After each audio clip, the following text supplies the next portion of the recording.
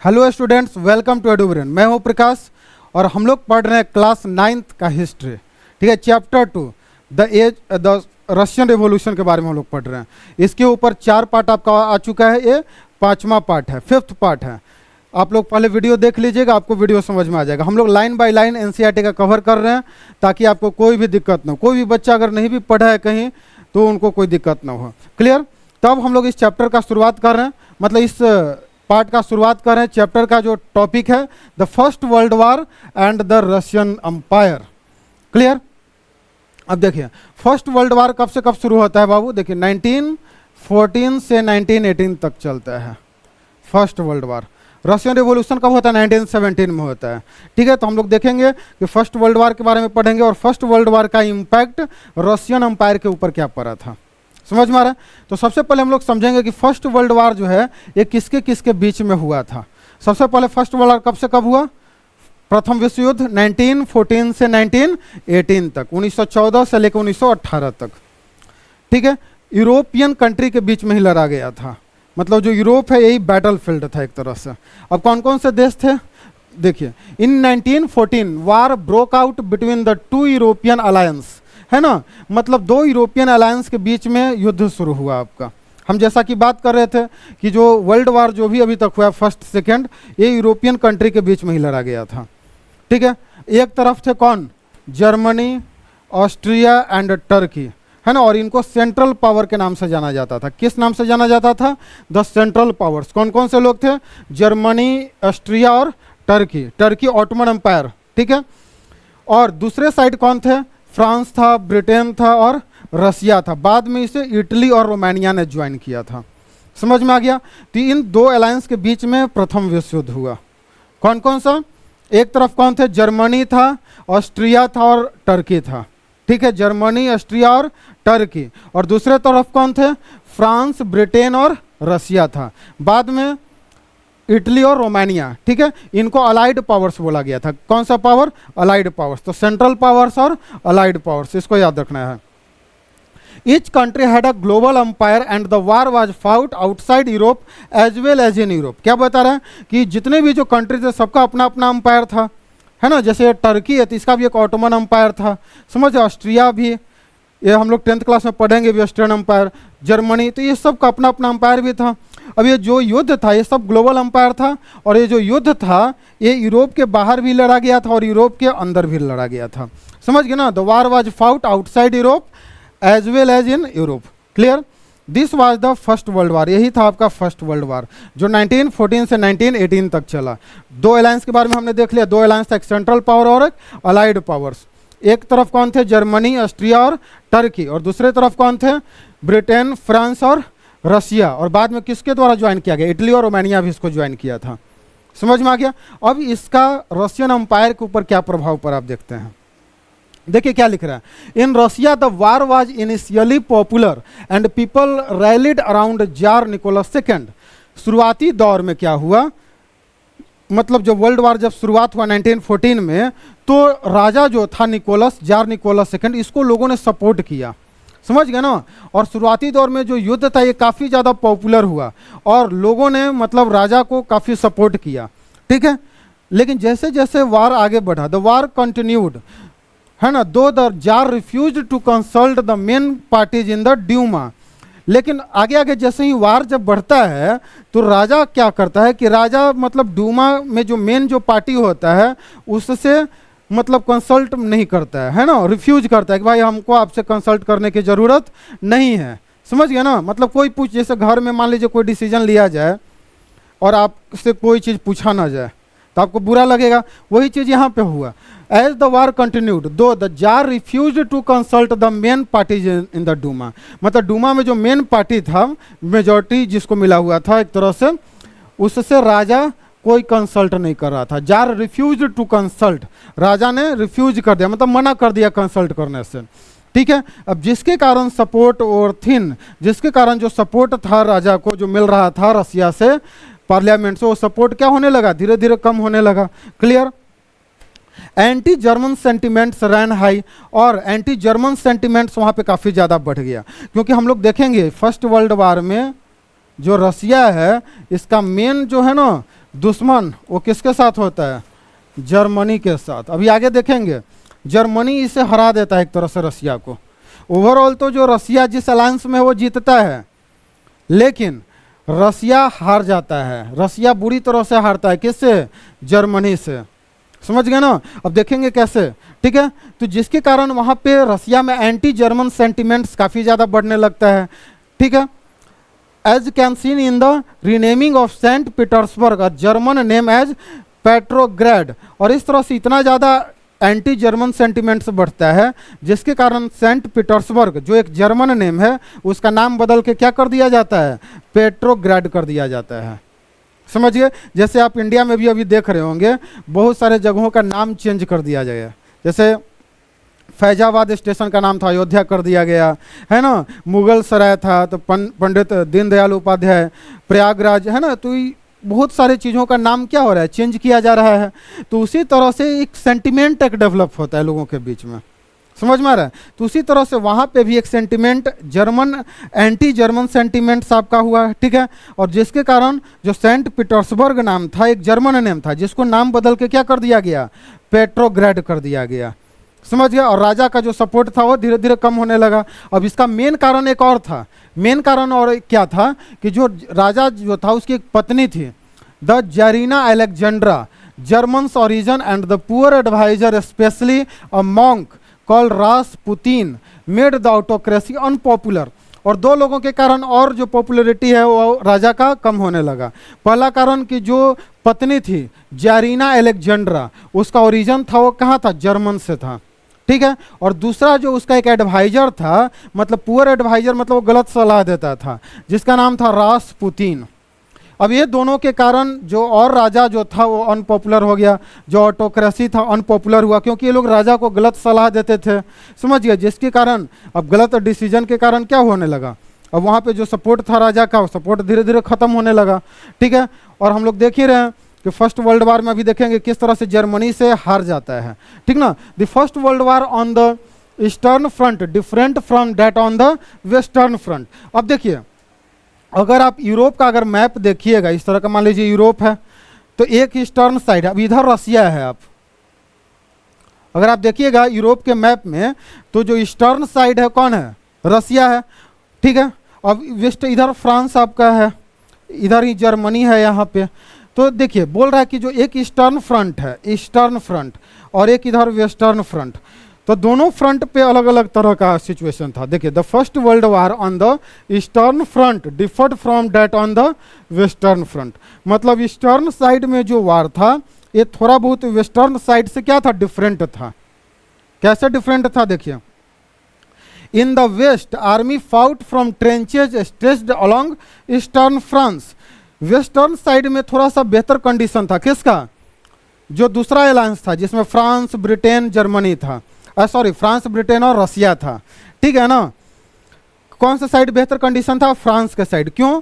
क्योंकि वहाँ पे जो आर्मी जो था वो ट्रेंचेज में लड़ रहा था। ट्रेंचेज कहने का मतलब fought from trenches stretched along the eastern France. Tranches मतलब जैसे युद्ध, आप बहुत सारा मूवी देखते होंगे तो आप देखते होंगे बॉर्डर एरियाज में थोड़ा सा गड्ढा टाइप का होता है। गड्ढा टाइप कहने का मतलब कि जिसमें छिप कर आर्मी वाले लड़ते हैं, ठीक है। देखिए, द जरीना अलेक्जेंड्रा और Germans origin and poor adviser specially a monk called Rasputin made the autocracy unpopular. अब देखिए, राजा का सपोर्ट तो धीरे धीरे कम हो रहा है, क्योंकि सबसे पहले तो उसने क्या किया था? उसने एडवाइस लेने से मना कर दिया, ठीक है। वो पार्लियामेंट से एडवाइस नहीं ले रहा था, पार्लियामेंट जो डूमा है उसके मेन पार्टी से। और दूसरा क्या हो रहा था कि जरीना अलेक्जेंड्रा जो एक जर्मन ओरिजिन की थी, है ना, और उसका जो पुअर एडवाइजर था, क्या नाम था उसका? रासपुतीन। ये सब लोगों ने मिल के और जो था ऑटोक्रेसी को अनपॉपुलर बना दिया। कहने का मतलब कि जो सपोर्ट था वो धीरे धीरे और क्या होने लगा? एकदम खत्म होने लगा राजा का, ठीक है। क्योंकि जो रासपुतीन और जो पत्नी, ये दोनों मिलकर षड्यंत्र रच रहे थे। The first world war on the eastern front deferred from that on the western front. अब देखिए, अब अगर आप यूरोप का अगर मैप देखिएगा तो एक ईस्टर्न साइड है और एक वेस्टर्न साइड है। मान लीजिए इधर रशियन अंपायर, रसिया इधर ही है, ठीक है। तो ईस्टर्न साइड में जो सिचुएशन था वो समथिंग डिफरेंट था। किससे? वेस्टर्न साइड से। समझ गए ना कैसे? देखिए, in the west armies fought from the trenches stretched along the eastern France, है ना। जो आर्मी जो था eastern side along the eastern France के तरफ, ठीक है ना, तो यहाँ पे ट्रेंचेज में लड़ रहा था। ट्रेंचेज कहने का मतलब कि जैसे जहाँ पे युद्ध होता है तो आर्मी के लोग गड्ढा थोड़ा सा कर देते हैं और उसी में छिप कर जैसे गोली चलाते हैं। आप बहुत सारा मूवी देखते होंगे जो बॉर्डर एरिया, जैसे बॉर्डर एक मूवी है, और भी कुछ इस तरह का अगर आप मूवी देखते होंगे तो ट्रेंच मतलब क्या होता है? गड्ढा जैसा, कि जैसे सामने भी दुश्मन इधर भी दुश्मन। अब सामने सामने लड़ेंगे तो सबको गोली लगेगा, तो क्या होता है कि गड्ढा जैसा बना दिया जाता है और उसी में छिप कर क्या होता है? गोली चलाते हैं। समझ में आ रहा है? तो वही चीज़ यहाँ पे बनाया गया था। तो in the west armies fought from the trenches, है ना, stretched along the eastern France, मतलब फ्रांस के तरफ में जो था वहाँ पे आर्मी ट्रेंचेज के माध्यम से लड़ रहा था, मतलब ट्रेंचेज की तरफ से, ठीक है। In the east armies moved to a good deal and fought battles living large casualties. और ईस्ट साइड में जो आर्मी था वो अच्छा कर रहा था, समझ गए ना, fought battles living large casualties. लेकिन यहाँ पे ज़्यादातर लोग मारे जा रहे थे। Defeats we are shocking and demoralising, है ना। जो ईस्टर्न साइड में है, जर्मनी और रसिया जहाँ पे लड़ रहे थे, वहाँ पे क्या हो रहा था? मतलब जो इस साइड में, यहाँ पे इस साइड में, ये वाला साइड में, मतलब ऐसे देखिए, ये वाला साइड में, ठीक है ना। अब यहाँ पे काफ़ी ज़्यादा कैजुअलिटी हो रहा था और बहुत जो मतलब एक तरह से रशियन एम्पायर एकदम हार रहा था। और defeats we are shocking and demoralising, जो डिफीट्स था ये काफ़ी रशिया के लिए शॉकिंग था और एक तरह से मान सम्मान भी उसका क्या डेमोरलाइजिंग था, मतलब वहाँ के आर्मी का एक तरह से मोटिवेशन भी डाउन हो रहा था, ठीक है, मोरल डाउन हो रहा था। तो वही चीज़ बता रहे, Russia's army lost badly in Germany and Austria between 1914 and 1916। जो रशियन आर्मी है बुरी तरह से जर्मनी में और ऑस्ट्रिया में, है ना, 1914 और 1916 के बीच में हारता है। मतलब जर्मनी और ऑस्ट्रिया में बुरी तरह से जर्मन आर्मी किसको? रशियन आर्मी को मारता है। There were over 7 million casualties by 1917। 1917 आते आते लगभग 7 मिलियन कैजुअलिटी देखने को मिलता है। मतलब 7 मिलियन लोग, मतलब बहुत लोग मारे जाते हैं, बहुत लोग मतलब दुर्घटनाग्रस्त, मतलब घायल होते हैं, ठीक है। As the retreated the Russian army destroyed crops and buildings to prevent the enemy from being able to live off the land. और जर्मनी आर्मी अब धीरे धीरे रशियन अंपायर में घुस रही थी, रशिया में इंटर कर रही थी। अब इससे बचने के लिए रशिया ने क्या किया कि अपने क्रॉप्स और बिल्डिंग को डिस्ट्रॉय कर दिया। समझ में आ रहा है? हम क्या बताएं, पहले तो जर्मनी में एकदम हार गया, ऑस्ट्रिया में भी हार गया रशियन अंपायर। अब हारने के बाद फिर क्या हुआ कि जर्मनी का जो आर्मी है वो रशिया में इंटर करने लगा। अब रशिया में जब इंटर कर रहा था तो रशिया उससे बचने के लिए क्या किया कि अपने यहाँ का जितना बिल्डिंग और क्रॉप्स था उसको बर्बाद कर दिया, ताकि मतलब जो सामने से दुश्मन आ रहा है उसको छिपने के लिए जगह न मिले।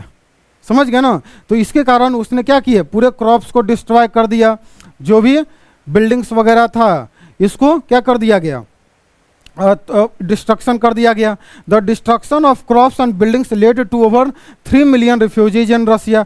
अब जब बिल्डिंग्स और क्रॉप्स का डिस्ट्रक्शन कर दिया गया, जब तोड़ दिया गया, जिसके कारण 3 मिलियन लोग क्या हो गए, रिफ्यूजी हो गए। रिफ्यूजी मतलब क्या होता है, जब एक जगह से दूसरे जगह लोग जब शिफ्ट होते हैं। जैसे जब भारत और पाकिस्तान बंटवारा हुआ हमारे देश का, तो क्या हुआ था, पाकिस्तान के साइड में बहुत सारे जो सिख लोग थे, हिंदू लोग थे, वो लोग भारत में फिर आए थे, तो उनको क्या रिफ्यूजी बोला जाता है। या यहाँ से भी बहुत सारे लोग उधर गए थे, जैसे म्यांमार से भी आप देखे होंगे रोहिंग्या मुस्लिम, बहुत सारे म्यांमार से इधर लोग आए हैं, समझ रहे हैं, तो इनको रिफ्यूजी बोला जाता है। तो वही चीज़ बताया कि जब बिल्डिंग्स को डिस्ट्रॉय कर दिया गया तो जिसके कारण 3 मिलियन रिफ्यूजी रशिया में आ गए। The situation discredited the government and the jar. अब ये सब सिचुएशन के कारण, क्योंकि रिफ्यूजी लोग आ गए, क्रॉप्स बर्बाद हो गया, तो ये सब सिचुएशन के कारण, है ना, जो सरकार है और जो राजा था, इसको लोगों ने एकदम क्या किया, मतलब गाली देना शुरू किया एक तरह से। अब जैसे आप सोचिए ना, मान लीजिए भारत पाकिस्तान के बीच में युद्ध हो और जो करंट गवर्नमेंट है ना, और भारत युद्ध हार जाए, तो करंट गवर्नमेंट जो है अभी उसको क्या करेगा, लोग गाली देगा, है ना। मतलब लोग उसका जो मान सम्मान है ना, उसको लोग एक तरह से मतलब बोलेगा कि भाई आप ही की वजह से युद्ध हार रहे हैं। तो वही चीज़, सारा ये जो क्रेडिट था, मतलब जो युद्ध हारा रसिया, ये सब किसको गया, गवर्नमेंट और जार को। Soldiers did not wish to fight such a war. और बेचारे जो सैनिक लोग थे वो लोग भी एकदम हताश निराश हो गए थे, वो लोग भी इस तरह का युद्ध नहीं चाहते थे, क्योंकि बहुत सारे सैनिक लोग मारे जा रहे थे। Clear? The war also had a severe impact on industry. वार का जो इम्पैक्ट इंडस्ट्री पे भी देखने को मिला। क्या इंडस्ट्री पे देखने को मिला था? क्योंकि बहुत सारी इंडस्ट्री और रसिया में बंद होने लगे। क्यों? क्योंकि उनको रॉ मटेरियल मिलना बंद हो गया। क्यों? क्योंकि रॉ मटेरियल जिस रास्ते से आता था उस रास्ते पे जर्मनी का कंट्रोल हो गया था। समझ में आ रहा है? सारा मशीनरी खराब हो गया, रेलवे नेटवर्क सब खराब हो गया रसिया का। मतलब ओवरऑल इंडस्ट्री जो था वो सब क्या हो गया? ख़त्म हो गया। Russia's own industries we are few in numbers. वैसे भी अगर देखा जाए तो रसिया का इंडस्ट्री ऐसे ही कम था। And the country was out of from the suppliers of industrial goods by German control of the Baltic sea. और आप मैप के पास देखिएगा तो एक बाल्टिक सी है, तो बाल्टिक सी के ऊपर जर्मनी का कब्जा हो जाता है, जिसके कारण रसिया में जो इंडस्ट्री थे उनको जो रॉ मटेरियल चाहिए उसका सप्लाई क्या हो जाता है? बंद हो जाता है। समझ गए? The industrial equipment disintegrated. अब इंडस्ट्री चलेगा नहीं, बंद रहेगा, तो जो इक्विपमेंट है ये भी खराब होगा। ठीक है? More rapidly in Russia than elsewhere in Europe, है ना। मतलब यूरोप के और जगहों के अलावा, मतलब अब युद्ध तो पूरे यूरोप में हो रहा था, समझ रहे हैं ना, लेकिन और जगह का इंडस्ट्री उतना ज़्यादा प्रभावित नहीं हुआ था जितना ज़्यादा इंडस्ट्री कहाँ का प्रभावित हुआ? रसिया का। मतलब रसिया का इंडस्ट्री का जो इक्विपमेंट है वो ज़्यादा तेज़ी से खराब हो रहा था। समझ में आ रहा है? By 1960 railway lines began to break down. जो रेलवे लाइंस है वो भी टूटना शुरू हो गया 1916 में। तो आप देख पा रहे हैं कि थोड़ा बहुत भी जो इंडस्ट्रियलाइजेशन हुआ था रसिया में वो सब बंद हो गया, वो सब बर्बाद होने लगा था। ठीक है?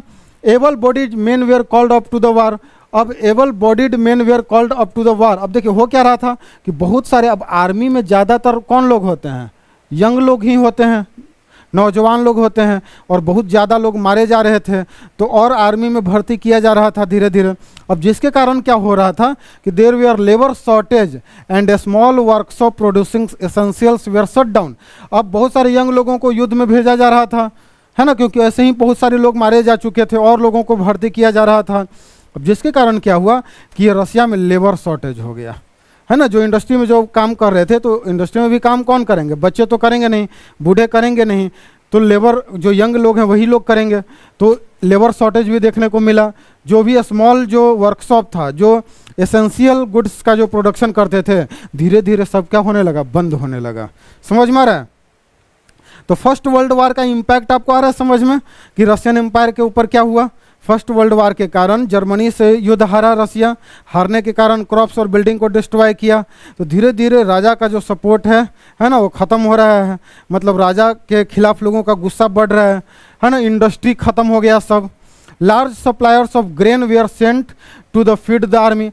और फूड ग्रेन्स का भी शॉर्टेज हो गया रसिया में। क्यों? क्योंकि ज़्यादातर जो ग्रेन्स है वो सप्लाई किया जा रहा था आर्मी को फीड करने के लिए। For the people in the cities bread and flour became scarce. अब सब ग्रेन जो है आर्मी को भेजा जा रहा था, तो जिसके कारण ब्रेड और फ्लोर का क्या देखने को मिला? शहरों में कमी देखने को मिला। Clear? By the winter of 1916 riots at bread shops were common. और 1916 आते आते विंटर तक ब्रेड शॉप्स के दुकान में दंगा जो है, लड़ाई झगड़ा आम बात हो गया। क्यों? क्योंकि फूड ग्रेन्स का शॉर्टेज हो गया। दो कारण, एक तो कि क्या हो गया? इंडस्ट्री बंद हो गया, जो भी फूड ग्रेन्स था वो आर्मी को सप्लाई किया जा रहा था, और क्रॉप्स को भी डिस्ट्रॉय कर दिया गया था। समझ में आ रहा है? बहुत सारे कैजुअलिटी हो गए थे, है ना, बहुत सारे यंग लोग मारे जा चुके थे, शॉर्टेज ऑफ लेबर हो गया। तो इस तरह का सिचुएशन आपका रसिया में हो गया था। तो यही था फर्स्ट वर्ल्ड वार का प्रभाव पड़ा रशियन एम्पायर के ऊपर। तो हेडिंग आपका क्या था? The first world war and its impact on the Russian revolution, है ना, रशियन एम्पायर। समझिए? तो आई होप आपको समझ में आ गया। नेक्स्ट वीडियो में हम लोग पढ़ेंगे the February revolution in Petrograd. अगले पार्ट में हम लोग फेब्रुअरी रिवॉल्यूशन के बारे में पढ़ेंगे, इसके इम्पैक्ट के बारे में पढ़ेंगे, फिर अक्टूबर रिवॉल्यूशन के बारे में पढ़ेंगे। समझ गए? तो आई होप आपको समझ में आ गया होगा। तो इस तरह से हम लोग छोटे छोटे पार्ट में हम लोग पढ़ेंगे ताकि आपको कोई दिक्कत ना हो। तो नेक्स्ट वीडियो में हम लोग मिलेंगे फेब्रुअरी रिवॉल्यूशन के। ठीक है? बहुत बहुत धन्यवाद।